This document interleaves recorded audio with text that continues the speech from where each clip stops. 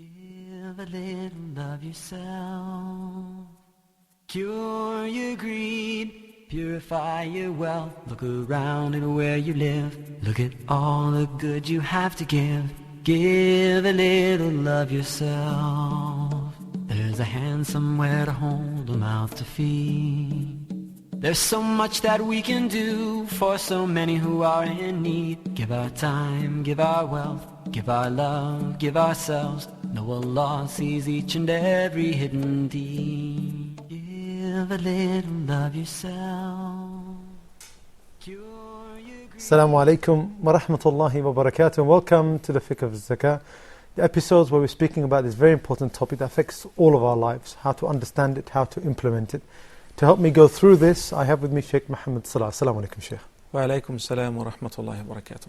Jazakallah khair, Sheikh, for being with us. Wa jazak, barakallahu feekum. Sheikh, in previous episodes, we've gone through a lot of information about zakah. We spoke about its definition and the wealth, the types of wealth. We went through livestock, went through crops, and we went through treasure and minerals.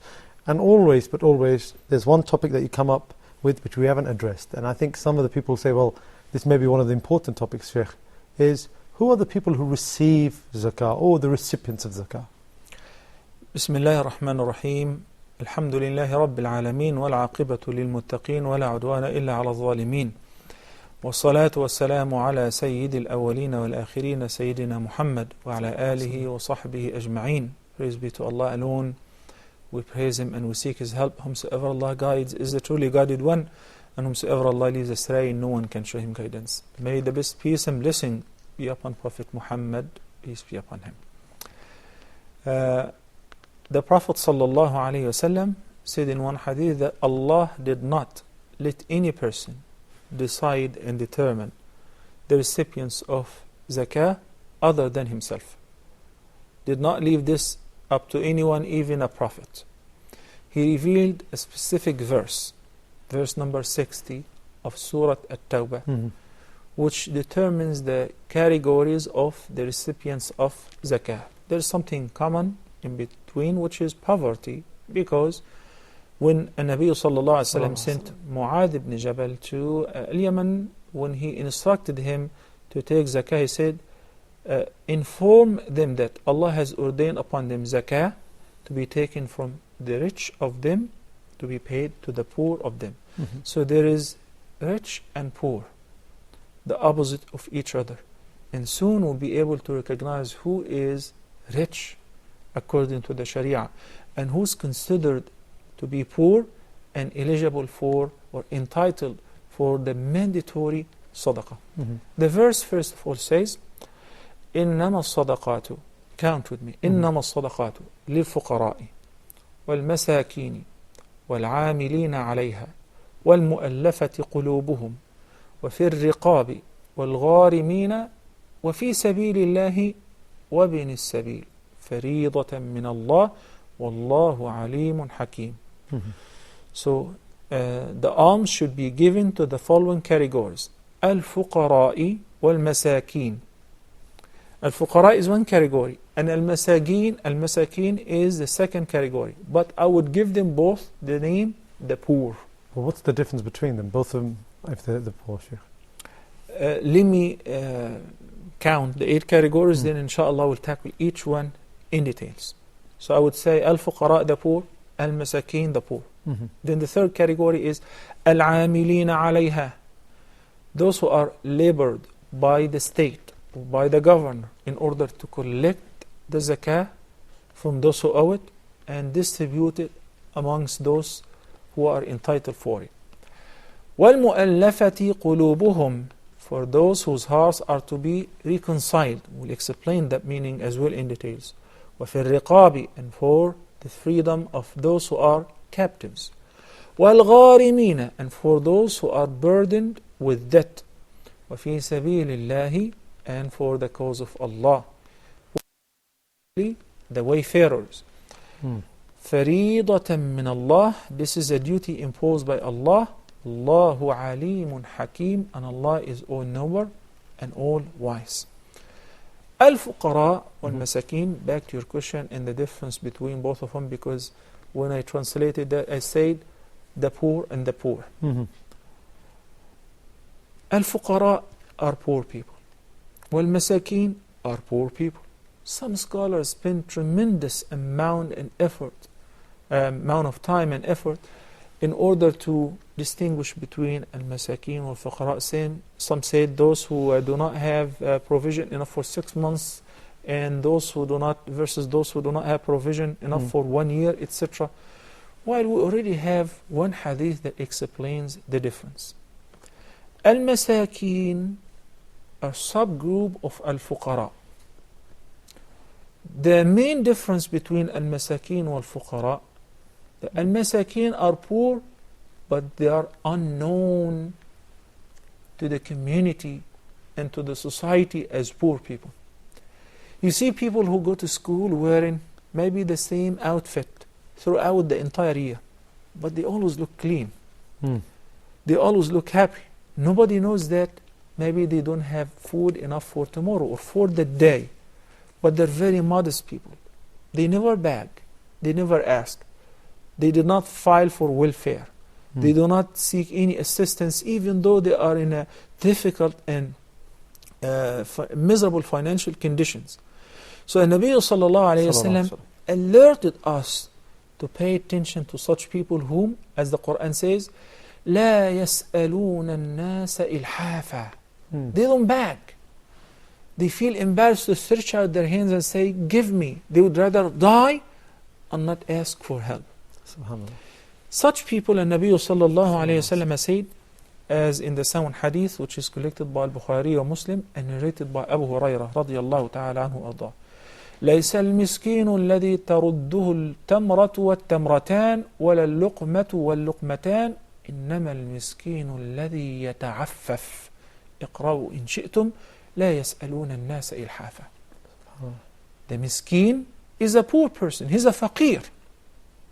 But he's not known to the society and to the rich people who are paying their zakah dues.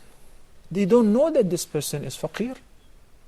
Maybe he is their colleague at work, and they keep asking if you know somebody who's eligible and entitled for zakah, and he doesn't open his mouth. He's embarrassed. يتعفف. He feels shy to say I'm poor. He would consider this like complaining about Allah to his creation. So he is not the one who 1 tamra or 2 dates would suffice him, and that he's a beggar, that he asks for anything, so would give him a date or 2 or a mouthful or 2. No.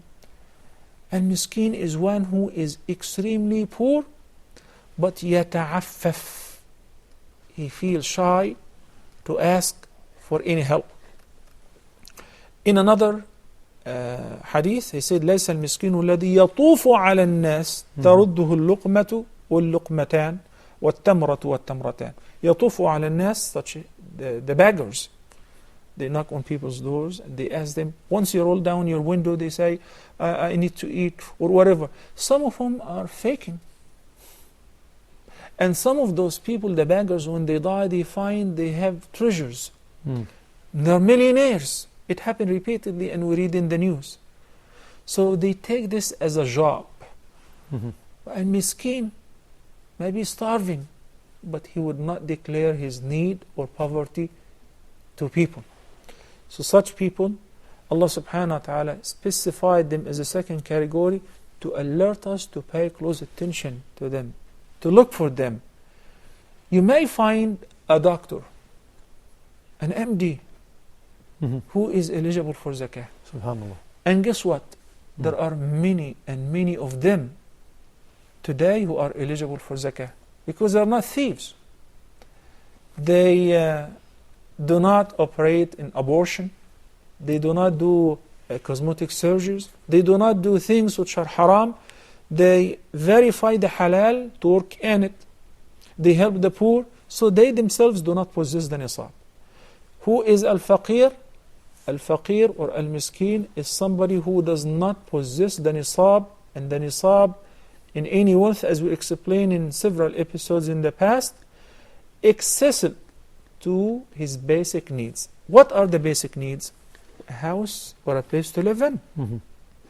Food, clothes, drink, lawful drink, and whatever provision that's needed for a family to survive. Sheikh, does that mean like modern day survival, or we're talking about survival of the olden days? Because like you said before in the previous episode, in the olden days, we spoke about the sa'a, that, you know, survive on a handful of grains for the day. A handful is the mud. Mud, sorry, equivalent, we're talking. Correct. But nowadays, you know, it may be a couple of burgers, and it may be like, you know, a couple of packets of crisp and a piece of chicken and a beef. You know. As a matter of fact, this is a very important point, because in America, for instance, when we come to distribute the zakah, somebody says, I cannot pay my rent. I would be kicked out. So we secure the rent for one entire year for that person. You know how much is that? We're talking about between $12,000 to $20,000 Subhanallah. for one person. Such money can enrich in a whole neighborhood in some other countries. If you go to Pakistan after the flood right now, and you spend $20,000, that can make a lot. But one person will be the beneficiary. So it varies from a place to another, and from an individual to another, and from time to another time. So it is not the same with every person, in every place, and in every time. What will determine that? The conditions and the need of the needy person. So this house, this food, these are the basic necessities now? This house, this food, this electricity, the water, this is it? Correct. And even a servant, if they need a maid or an assistance in the past, that was included as the basic necessities. So that anything that he owns, and it is nisab, attains the nisab or more, beyond these basic needs, this person is rich.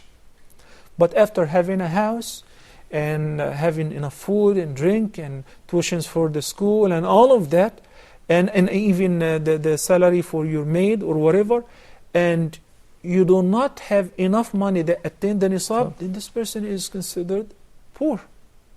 Jazakallah Shaykh. We're going to take a short break now and return in a couple of minutes. Please do stay with us on the Fiqh of Zakah. Assalamu alaikum wa rahmatullahi wa barakatuh.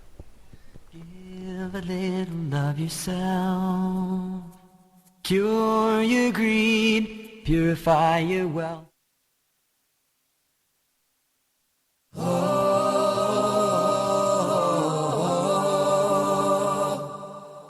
The Philosophy of Islamic Law, a program for restoring belief and trust within Muslims' mind and heart, and for re-establishing a true concept about Islamic rules for others.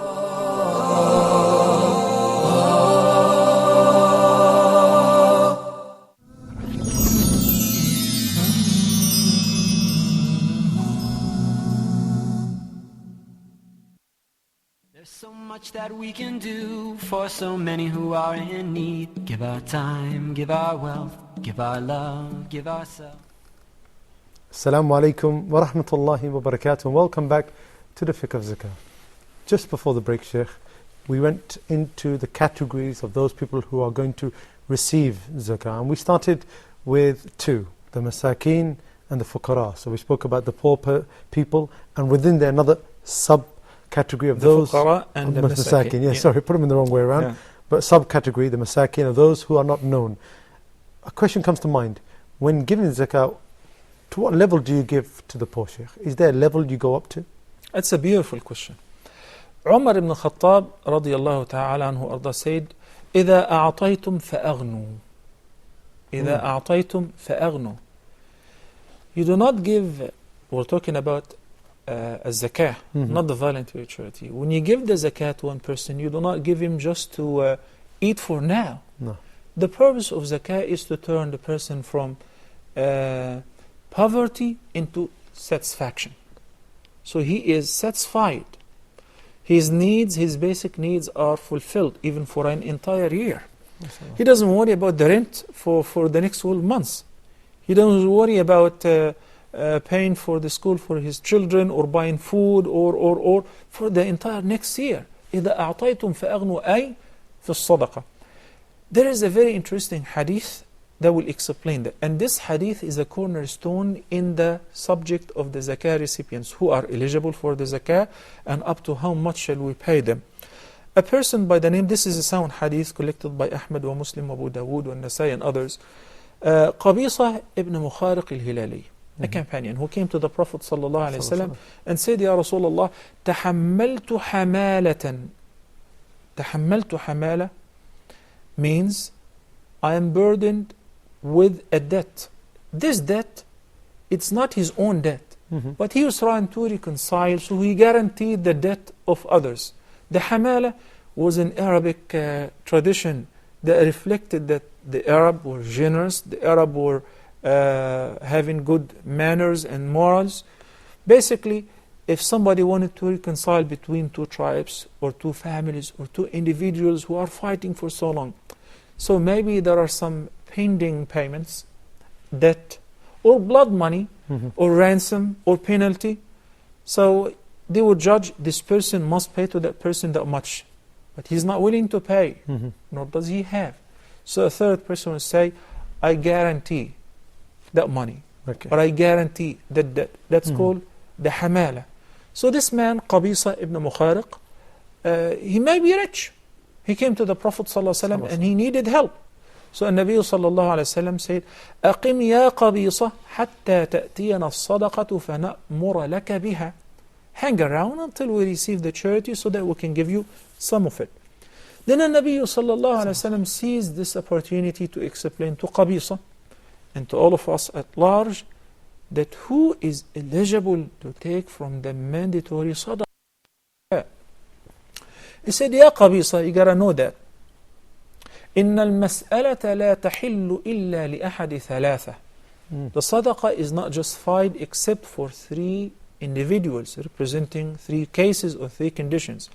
It is not permissible for you to ask, nor to beg, or to seek help, or to take from the sadaqah except if you fit in one of the following three cases.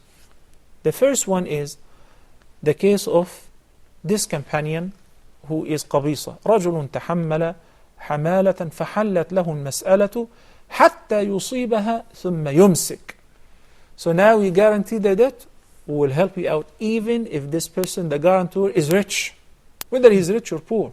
We got to help him out because he's a good man. And he's helping others out too. He's helping the entire society.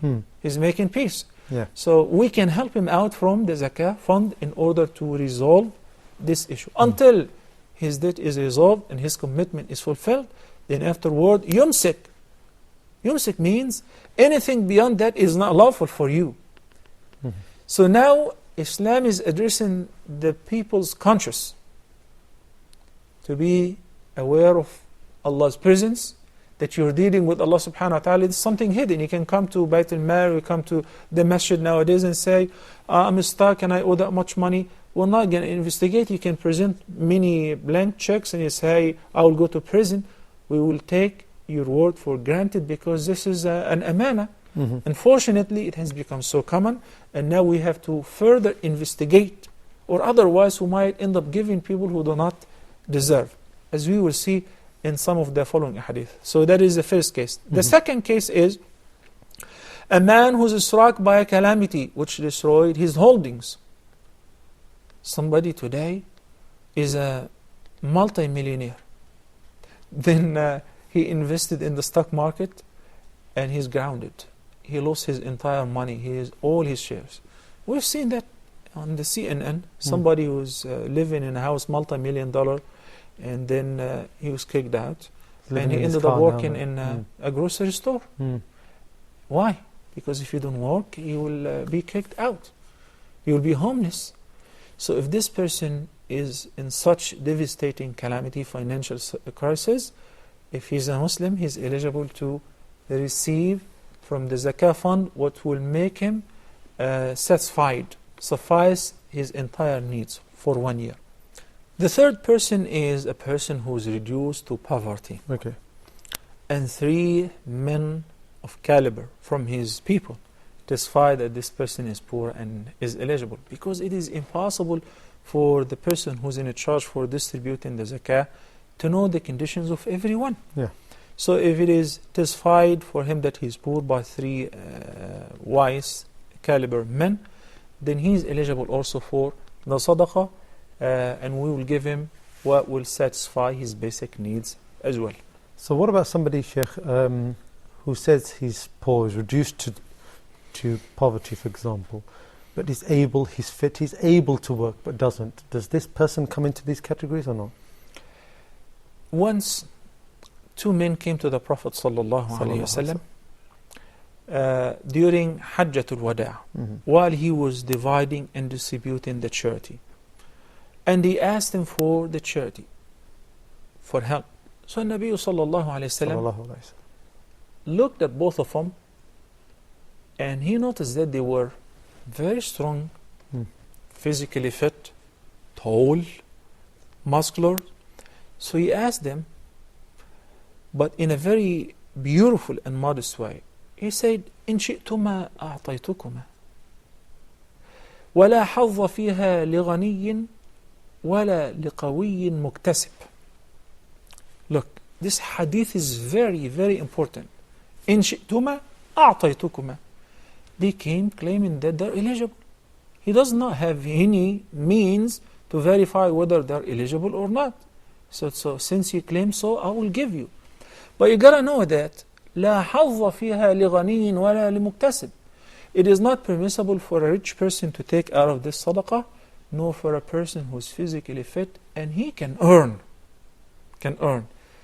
So that helps us to understand, if we give somebody who claims that he is in need, we fulfill our job. We're not blameworthy if that person was not eligible. He is, but I'm not. The second, that not every person who is poor is eligible for the sadaqah. Maybe he's a person who is lazy. Yeah. When you look at this system, the welfare system in the West, you will be surprised.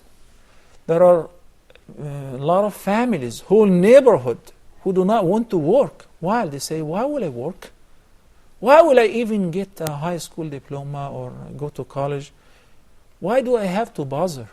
So they live their life on the welfare. Why? Because they say, if I work and I make $10 an hour, and by the end they take that much taxes from me. As a matter of fact, living on welfare is better. So that's why I don't have to worry about work. I don't have to worry about paying bills or utilities or rent. I'm better off. Islam does not assist the lazy to live such a lazy life. So if he is physically fit and he can get a job, find work and can make his earning, he should work. It encourages him to even be rich. Umar ibn al-Khattab, may Allah be pleased with him, entered the masjid once and he found somebody was sitting in every prayer and in between. So he inquired out of curiosity about what kind of job does he do, because he's always there. He said, well, I don't work. He said, so how do you live? How do you survive? He said, my brother supports me financially. He carried this rubber stick, which is called the dirra. He beat him with it and said, get out. Your brother is better before Allah than you. Islam is not a religion that calls people to stay in the masjid and not work. Work and do your ibadah. And work itself is an act of worship if you intend so. And Nabi sallallahu alayhi wa sallam said, ما أكل أحد طعاما قط خيرا من أن يأكل من عمل يده وإن نبي الله داود كان يأكل من عمل يده وما من نبي إلا وراء الغنم. There is no better food than the food which you buy out of your lawful earning, that you earn it on your own. You work hard for it. And by the way, Prophet David, who is a king and a prophet, used to eat from his own earning. And he also mentioned that there was not a single prophet, but he was a shepherd. So if the prophets used to work in order to support themselves and those who are under their guardianship, why are you lazy if you're physically fit? Why didn't you utilize the ni'am that Allah subhanahu wa ta'ala blessed you? Wait a minute. We have to clarify a very important thing, which is sometimes the unemployment rate is on the rise because there are no jobs. Yeah. The financial crisis is striking the whole nation. So I would not come to a person who is physically fit and mashallah he's very powerful and say you don't deserve zakah because you have to work. Get me a job. Give me a job, I will do it. We're talking about a person who is lazy, a person who does not want to work, but a person who would love to work, but he's laid off. And he cannot find a job that is suitable for a person like him, because he cannot ask from a person who's never worked as a laborer or carrying loads of bricks or stone or sand, and who was taking a good prestigious job to tell him that I gotta work as a janitor. No, Islam does not humiliate people, but it differentiates between a person who's serious and a person who would like to be lazy. So we do not encourage people to be lazy, but if somebody is truly eligible, then we should support him until we satisfy their basic needs. Jazakallah khair. Again, Sheikh Muhammad, for explaining these and expanding upon these bits of information which is going to help us implement our zakah, how to go about giving it, how to go about taking it and giving it to others. And we're going to look at all of these topics in the other episodes that are going to come on the Fiqh of Zakah. I hope you join me then. Until then, Assalamu alaikum wa rahmatullahi wa barakatuh. Give a little of yourself. Cure your greed, purify your wealth. Look around at where you live. Look at all the good you have to give. Give a little of yourself. There's a hand somewhere to hold, a mouth to feed. There's so much that we can do for so many who are in need. Give our time, give our wealth, give our love, give ourselves. Know Allah sees each and every hidden deed.